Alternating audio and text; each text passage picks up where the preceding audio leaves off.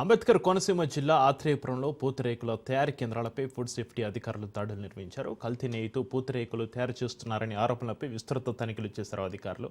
పలు షాపుల్లో బ్రాండెడ్ కానీ నెయ్యి ప్యాకెట్లను ఫుడ్ సేఫ్టీ అధికారులు స్వాధీనం చేసుకున్నారు. సోదాలో 160 కేజీల కల్తీ నెయ్యి స్వాధీనం చేసుకున్నారు.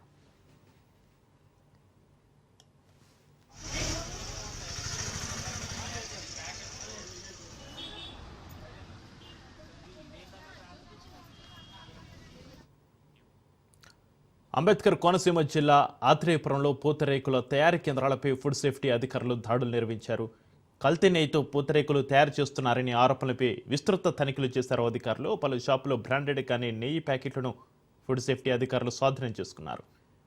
సోదాలో 160 కేజీల కల్తీ నెయ్యి స్వాధీనం చేసుకున్నారు.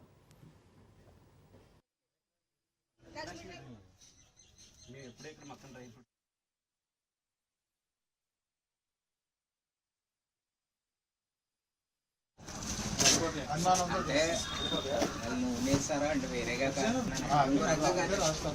చెప్పేస్తున్నాను. అదంటే కానీ ఇది రాదు.